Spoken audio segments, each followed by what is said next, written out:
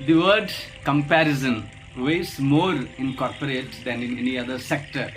Sometimes it builds you and sometimes it might not. But क्या करें? Corporates work in this way. Comparison in terms of employees, in terms of industry, in terms of domain, in terms of results.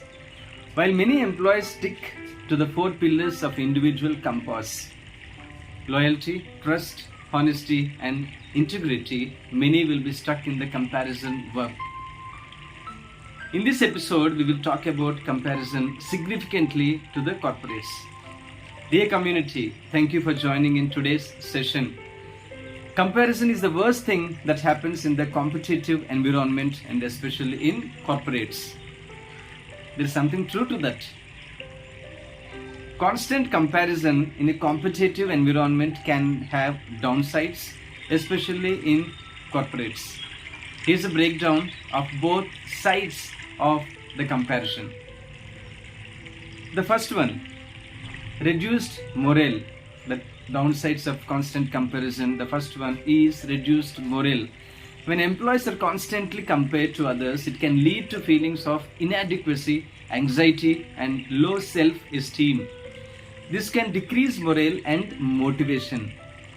Second one, focus on outperforming others. The focus shifts from doing good work to beating others. This can lead to cutthroat tactics and hinder collaboration. Third one, burnout. The pressure to constantly outperform can lead to burnout. Fourth one, friends, ignoring individual strengths. When everyone is compared on the same metrics, it ignores individual strengths and weaknesses. However, comparison can be used positively too. We'll see what are they. Benchmarking, the first one. It can be a tool to identify areas for improvement by comparing practices with successful companies. And the second one, friends, setting goals. Comparisons can help set goals based on industry standards.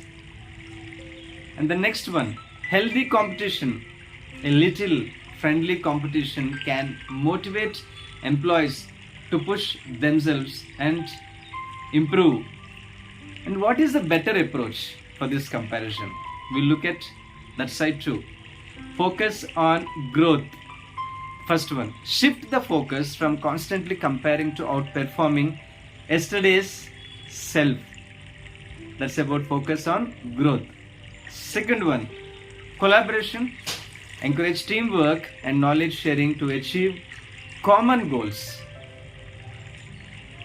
Third one, recognize individual contributions. Appreciate individual strengths and contributions beyond just numbers. Competitive environments aren't inherently bad, but it's important to create a culture that fosters growth and collaboration, not just competition. Many of you could relate how corporates operate with oxygen called comparison that forces to perform constantly, sometimes with interest and sometimes with disinterest. I would like to list down a few questions that you would have in your minds now after listening to this subject, comparison. Is the comparison fair? You have it in your mind. Next question. Does the comparison consider individual strengths and weaknesses? Third question. Are we being compared to the right benchmarks? Next question. Does this constant comparison help me improve, or is it just creating pressure? Next question. Doesn't focusing on collaboration and teamwork lead to better results than competition? The next one.